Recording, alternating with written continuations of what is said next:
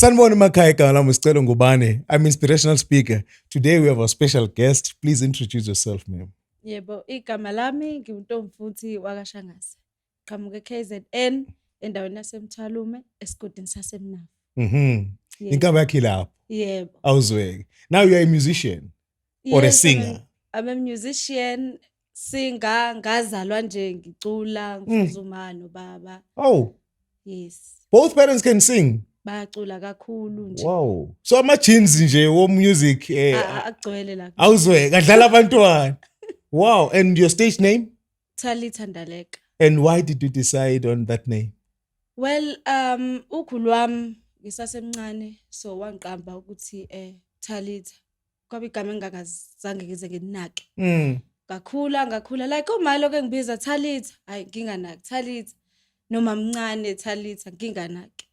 Then ukuthe sengikhula, being matured and understanding the word, ngase ngiyabona ukuthi no, Talitha Ndaleka, it's a good name.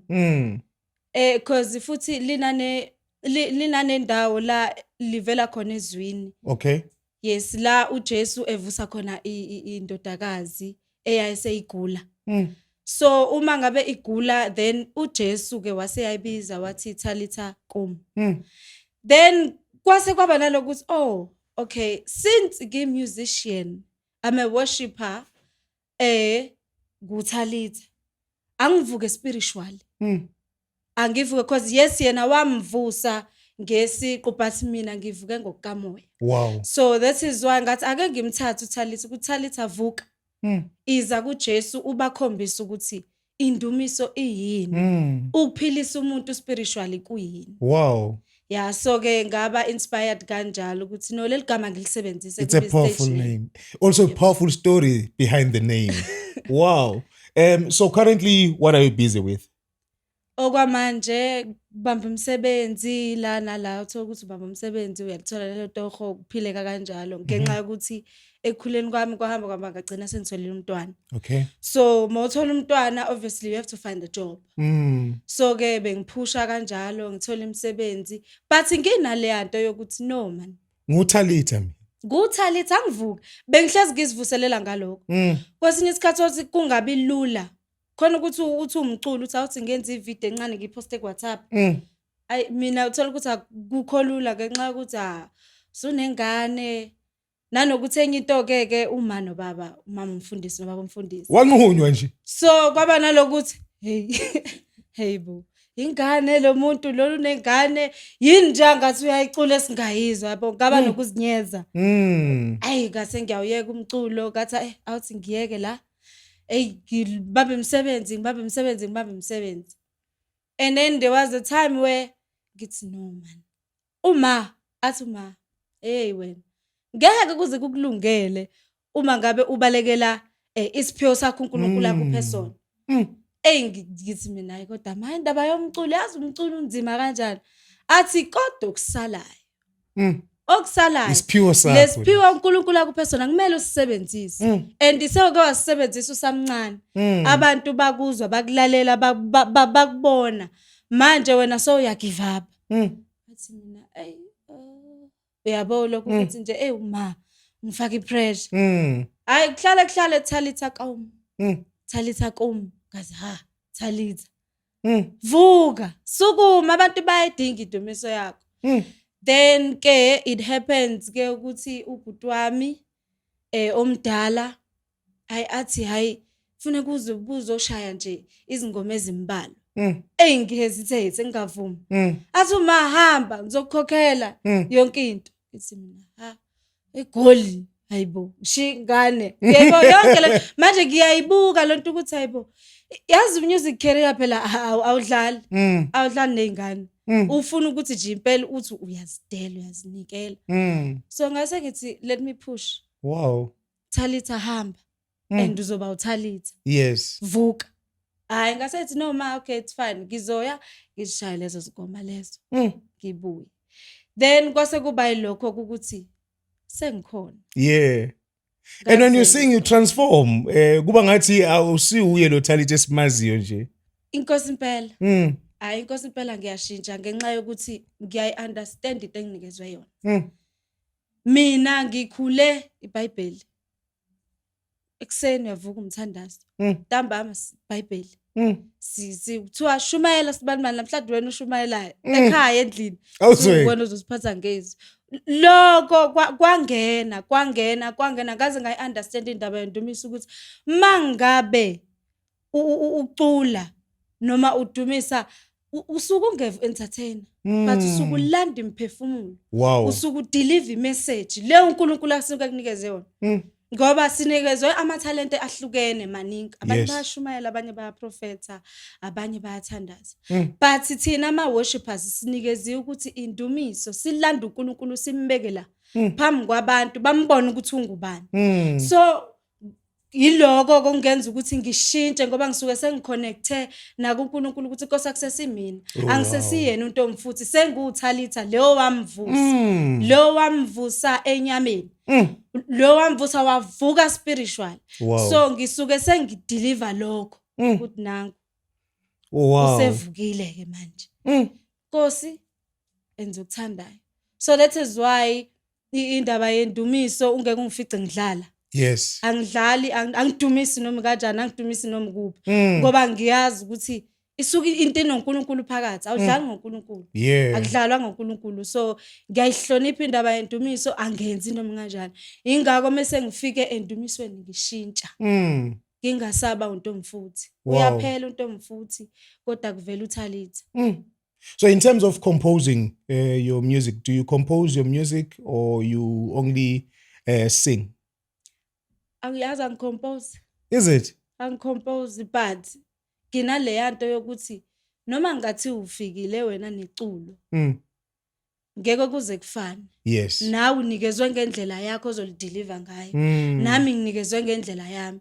So uma ngase kuthiwa manje angicompose hey hayi kushuthi abantu ngathatha unyaka ngempela ukuthi bathola iculo eli1 bathola iculo ngoba mina ngideliver le nto uNkulunkulu asuke eletha ngaleso sikhathi yayibo so ingakho amaculo ngikathi ngiyacompose Nkosi naku manje ngiyodumisa iliphi leculo ofuna yipi le message othi angibanikeze yona mhlawumbe vele uNkulunkulu athi ehla moya ngcwele usindisi Afrika lapho ke leyo message ithi ehla moya ngcwele ubasindisa abantwana bakho because abanye sebelahlekile ehla moya ngcwele usindisi Afrika so iloko nje indlebe yakho kumele ihlale connected to moya ngcwele yes that is why isikhathi esiningi umuntu odumisayo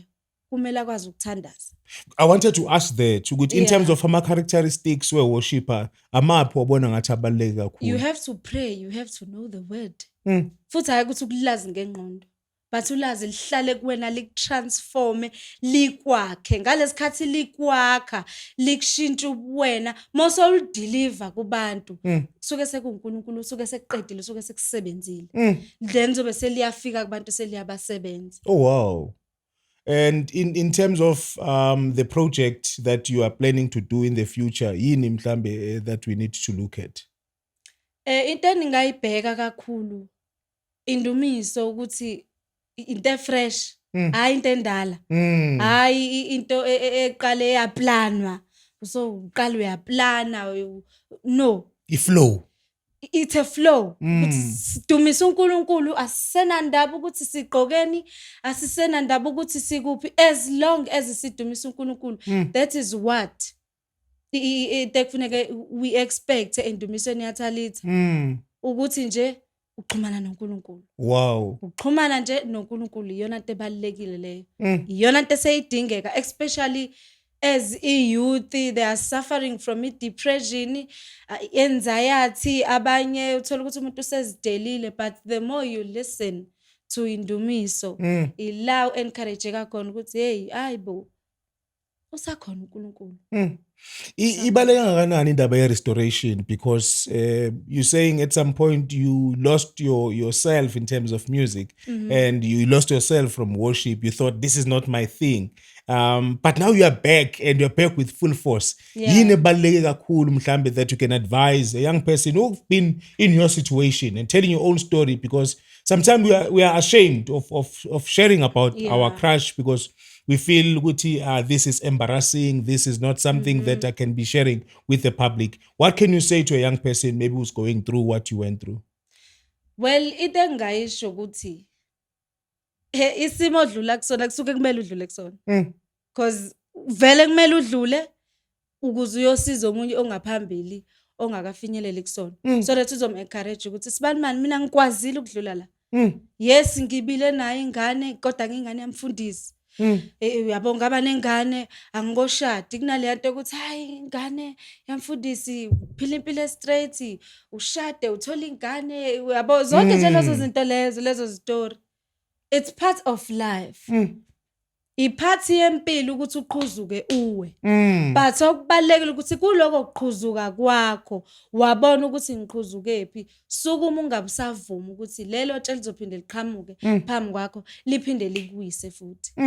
Kunaloko akuthi noma ngabe uyaqhuzuka kodwa lokho akukuvuselele. Yes. Akukuvuselele ukuthi hayi cha sengingawiswa into encane kanje. Hawu Nkosi yami sengingawiswa into ethuli. Uyayibona lonto leyo. Sengingawiswa into hawu Nkosi yami. Ukhona wena Nkosi ukwazi ukuthuntutha umuntu umthathe from 0 to hero. So ungahlulwa yimina ngento encane kanje. Uyayibona lonto leyo. So abantu abangayivumi leyo nto nanokuthi uNkulunkulu abangamthathi kancane ngoba naku bengamboni sebebona ukuthi hayi ayikho indaba kaNkulunkulu ikhona. Ikhona. The more you focus, because into ifuna ukuthi ufocus. Ma ufocus entweni oyenzayo. For instance, ake ngilinganise kanje. Kuyona yonke into okholelwa kuyona. Ma ufocus akuyona iyakusebenzela. True. Iyakusebenzela hayi kancane futhi noma ngabe yini. So it's the same thing. Uma ngabe ufocus ezwini nasemthandazweni uyakusebenzela uNkulunkulu. Uba khona abe nawe ahambe nawe. Kuthi noma uqhuzuka athi hayi angivumi mntanami sukuma. Akuthuntuthe uqhubeke nendlela. Oh wow. The support that umama gave you, because ngesizulu kuthiwa intandane enhle umakhothwa unina. What role did umama give, and what can you encourage mhlawumbe omama ukuthi bangabheki ukuthi the role abayidlala incane, because you spoke very highly of her? Yeah, uma. Yeah, no baba. Because akithi baba umfundisi. Okay. So into ayishumayelayo besithatha sigcina. So no baba uyidlalile irole especially ekushumayeleni, but mostly since ngumuntu wesifazane I connected more kuma yabo. So uma usize kakhulu ekuthenini into asuke ekhulumile uyakubuka ukuthi uyayenza yini. Uyakubheka ukuthi kazi lo muntu nje basekhuluma and uyakulandelela athi hayi uyazi njengoba ngingalungi ilento yokuthi awuzwa. Awuzwa anizwi into engiyishoyo. Uyabo? So ke ngalesikhathi the more ukhula uba more matured. Ilokhuzane iyalo zabazali ziyavuka. Ziyavuka bese kuba kuthina ukuthi senza kanjani. So into engingayisho ngathi abazali abangayeki uku-encourage ingane zabo. True. Abangayeki and mostly ukuzikhulekela. Yes, my mom prayed for us. Uyasikhulekela each and every time. So umzali akangayeki ukukhulekela umntwana wakhe, because the more ekhula ehlakanipha leyo mthandazo yenza something. Wow. Kuyena. So nathi njengoba sikhula siyabona hayibo. Yazi manje ngoba yengishaya nje wenza kahle. Oyashaya futhi umama. Yeah. Uyabhaqabula. Yeah, ubeshaya. Ubeshaya. So kusiqoqile. Angifuni uqamba manje kusiqoqile ukushaya kwakhe. Wow. Kusiqoqile. So angisho ukuthi ku wrong kulabo abangashayi. Abantu phela baphiwe ngendlela ehle. Yeah, khona abangaphiwanga nokushaya ngathi umuntu akushaya kubulala. Uyabo? So ke lokho wena mzalo okwenza nomathi uyashaya noma ngathiwa ushayi uyaluleka wenza konke idiscipline yakho kodwa ungaphela amandla. Yes. Because khona into eyenzayo ngisho ngathi usemgaqweni uyiphara. Uyasho ukuthi kodwa uma. uma What? wayengikhuza uma wayengiforce ethi angiye esikoleni ngaziyekela mina yabo umzali ingane mase ikhulile iyalo ziyabuya zinjengoba zinjalo sekukuwena ke wena ke sowukhulile ukuthi wenza njani uyaqhubeka nazo noma uqhubeke yini nazo. That is why nami end up sengumuntu othanda kakhulu uNkulunkulu because ngikhule ngakho ngakhula ngako noma thola ukuthi stage siyafika ukuthi hayi yazo babadlala beshubayeza asimboni naloNkulunkulu uyayibona kodwa ekhambeni kwesikhathi being more matured uNkulunkulu khona ngiyambona and uyasebenza kuba ngaba ngikho la ukuba uNkulunkulu akekho ngabe nje uvale zonke izinto hlaba ke ngilinganisa ngabe uvale ukuthi ubhuti wami kungalungi izinto zakhe if kuukuthi iplan kaNkulunkulu ibingekho ngami but ngenxa ukuthi iplan kaNkulunkulu ibikhona wathi ake ngiqhubezela usibanibani ukuze phakama usibanibani ukuze zonke izinto he orders our steps. Exactly. It's just that we have to be patient. We have to keep on praying. We have to keep on sifundizwe likaNkulunkulu sithandaze simlalele. The more we do that, the more naye vula iminyango ngale. Because manje sometimes umuntu utshela ukuthi umnyango uzovuleka ngokuthi mina ngizowuvula. Cha. Uzowuvula ngomunye, angavula ngomakhelwane, angavula ngobhuti wakho omdala, angavula ngosisi wakho, angavula nangoma wakho. It's just that you have to understand God. He has his own ways. Uneyindlela zakhe. Indlela zakhe azifani nezethu. Azifani nezethu. Mina ngaplana manje ukuthi no yazi nikusasa ngiyothenga imoto avela uNkulunkulu vele seziphelile insuku zakhe. Ngithi ngiyavuka akusavukeki uyayibona lonto le because uNkulunkulu unezinto zakhe. True. Yes. Yini ofuna ukuyibona after somebody elalela umusic wakho? Ukuthi aphile. Ukufuna ukubona umuntu ephila emoyeni. Athi yabo ngokulalela umusic wakho now I believe in God. Wow. Ngokulalela umusic wakho now I believe in myself.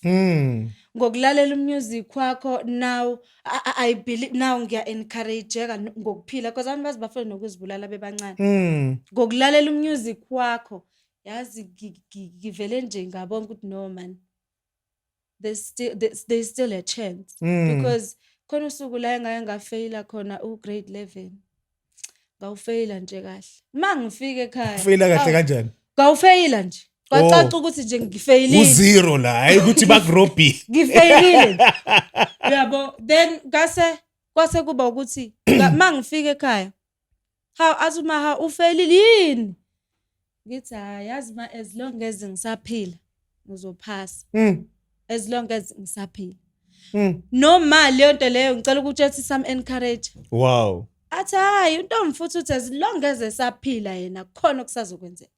So into engayisho ukuthi if you believe in God mina ngifuna ukuthi umuntu ozolalela umusic wamathi as long as ngisaphila kuzokwenzeka naku kwenzekile kusibanibani. What's your favorite song and mhlawumbe ungasishayela nje ipiece nyana nje of that song? Yebo maningi. You have songs. Yo maningi because uNkulunkulu uyawambula.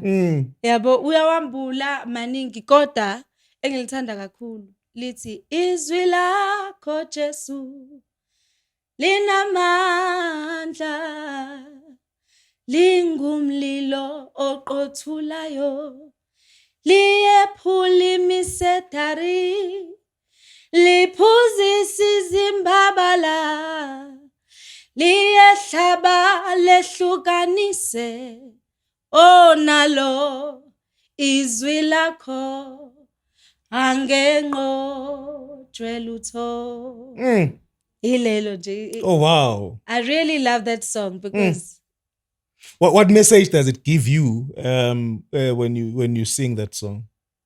Onalo izwi lakhe angenqotshwe lutho. Monezwi likaNkulunkulu ayikho into enganqoba. Yes. Ayikho konke kumane kuzenzakalele just because unezwi likaNkulunkulu liyaphila kuwena because ufuneka liphile hayi lihlale la engqondweni ufuneka lingene enhlizweni likwakhe. So onalo izwi lakhe angenqotshwe lutho noma ngabe kuphi la uhamba khona as long as you have the word of God yonke into iyazenzakalela. Somebody who's looking at you and is encouraged, but mhlambe naye ufuna ukunyathela la uhamba khona. What advice can you give to them? Mhlambe ulalele lapha ekhaya and say, hey, uThalitha lento ayishoyo ngathi ukhuluma ngami. What can you share with them? Into engingayishare kakhulu ukuthi don't doubt yourself. Don't doubt uNkulunkulu. Don't doubt uNkulunkulu. Sidalwe uyena owaziyo. Sidalwe uyena. Thina asiyazi indlela esihambayo. Sidalwe uNkulunkulu.